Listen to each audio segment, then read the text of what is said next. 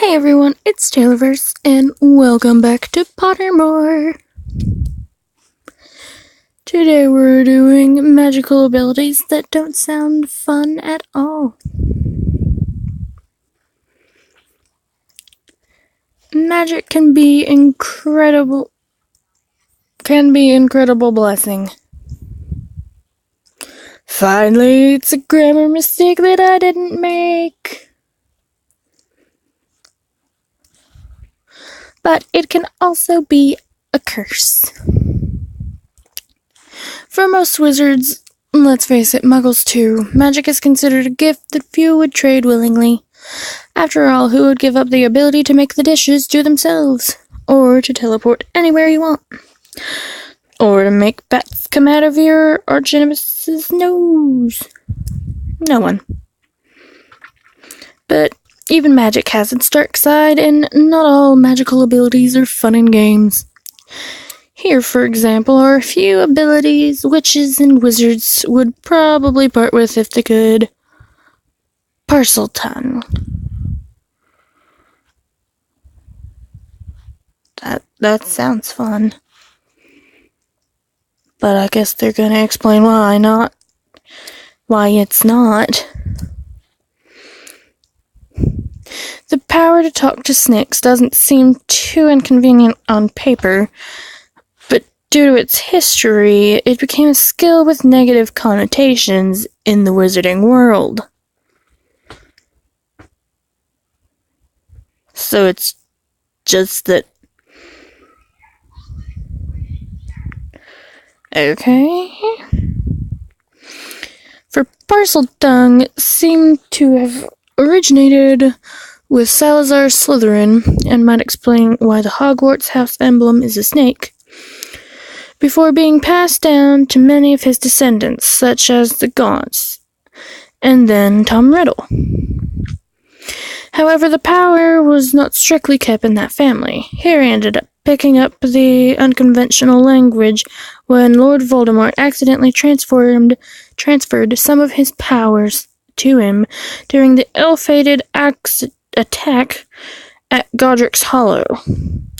And, as he soon learnt by his fellow students' horror, Salazar's dreadful reputation meant the power had become forever associated with dark magic, essentially making Harry a fairy when he exhibited... Ooh!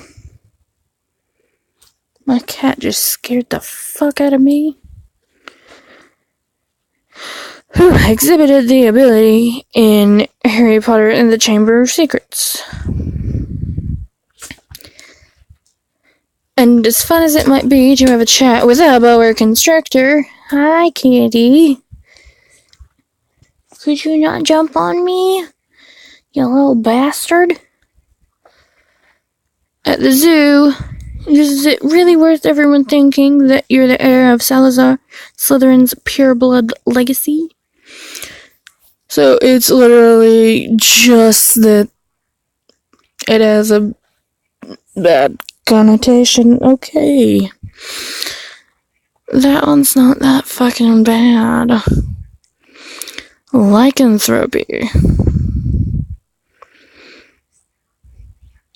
Lycanthropy, the condition that transforms human victims into werewolves, is never seen as a useful ability, like being an enigmatic. I'm not even gonna try anymore.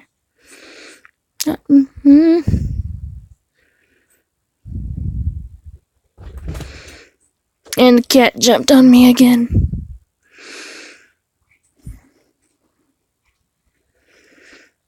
Well, bastards are hyper. They're just running back and forth, and then sometimes they'll get on top of a really high shelf and then jump right onto me. And they got their claws out. Fucking hurts, little bastards.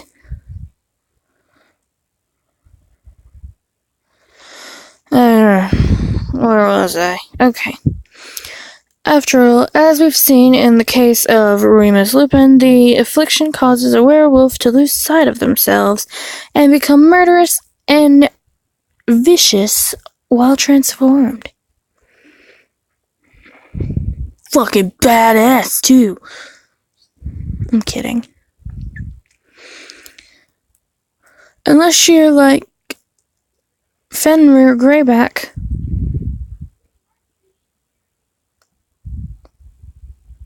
Thought my sister was coming in here. This could never possibly be construed as a good thing.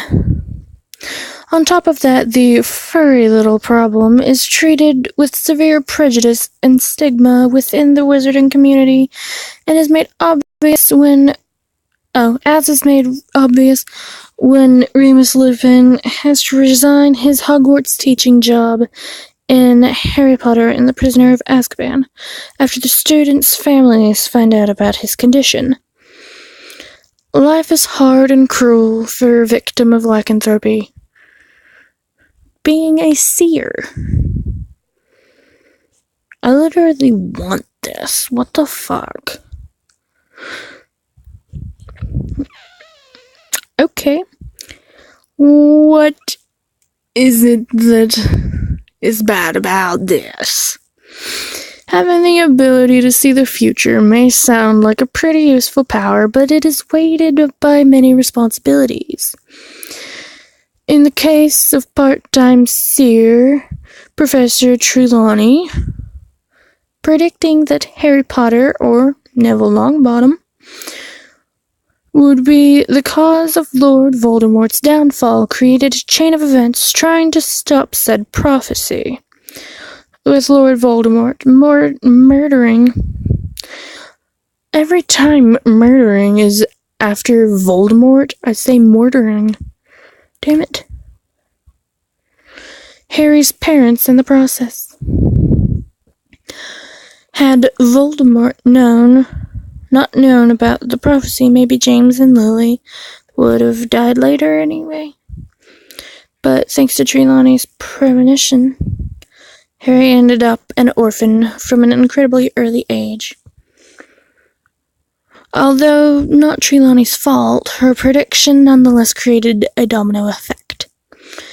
And despite her fascination in the art of divination, she has even admitted herself, seers have always been feared, always been persecuted. It is, alas, our fate. Basically, being a seer sounds like more trouble than it's worth. I still think it sounds fun.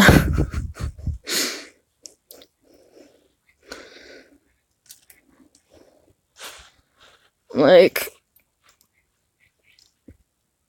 I don't like people anyway. So if it were to cause a domino effect, okay.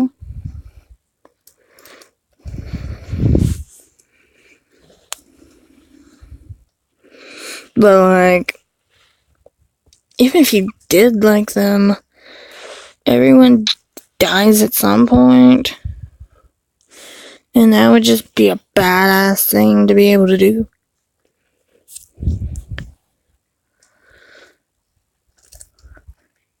Legitimacy. I think I said that right.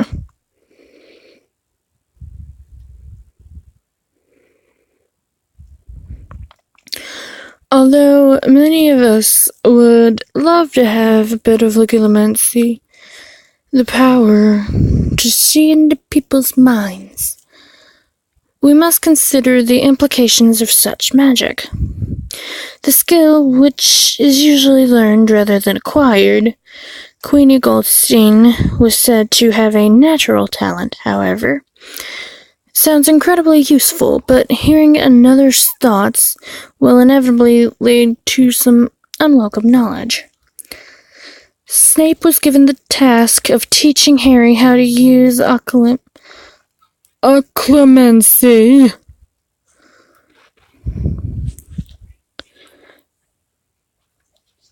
I swear, these Wizarding World words I can't say them when I'm talking fast. To block out Lord Voldemort, himself a highly skilled legilimens, leading to several heated confrontations. If y'all can hear my cats messing and stuff, I am sorry. Oh, bless you.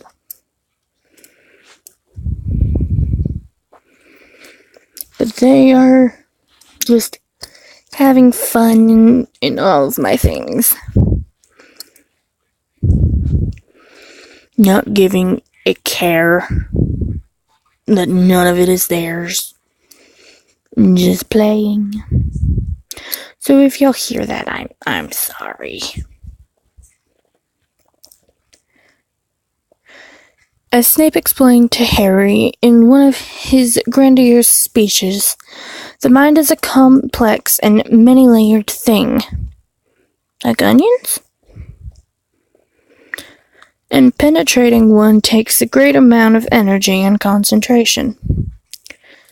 Queenie was often reprimanded for looking into people's heads without permission, even if she couldn't help it. Also, we imagine it's hard to form a legitimate relationship with someone with this power. Surely a significant other would always be wondering if you were taking a sneaky peek into their mind. How would they keep your birthday present secret? Being an obscurial. Oh. This is Fantastic Beasts.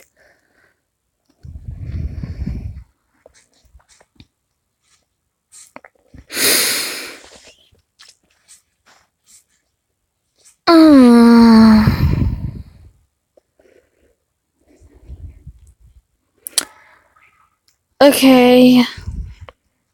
I'm gonna still read it, even though I haven't seen it, because the others haven't really spoiled anything. And let's just cross our fucking fingers. In the Fantastic Beasts and Where to Find Them film, Credence Barebone was forced to hold in his magic due to societal prejudices against wizardry at the time. However, as we learned, suppressing your magic can cause a different kind of magic.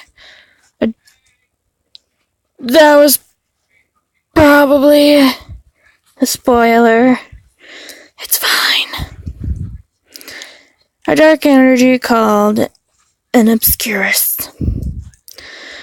The force is caused by an internalized hatred of one's own magic, and can cause death and destruction wherever it goes.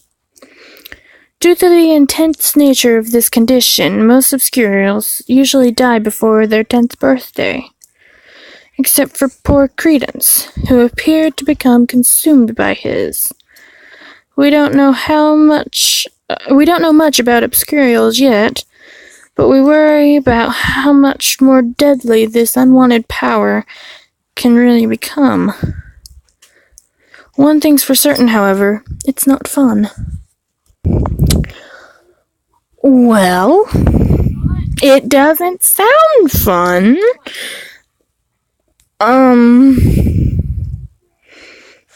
That was probably a complete and utter spoiler. Fuck. Whoops. Oh well. Alright. Well, if you like what I do, then subscribe. It's free, and everything's better when it's free. Ring that bell to be notified when I upload. If you have any suggestions, then leave them in the comments down below, and I will see you in the next video. Bye, guys.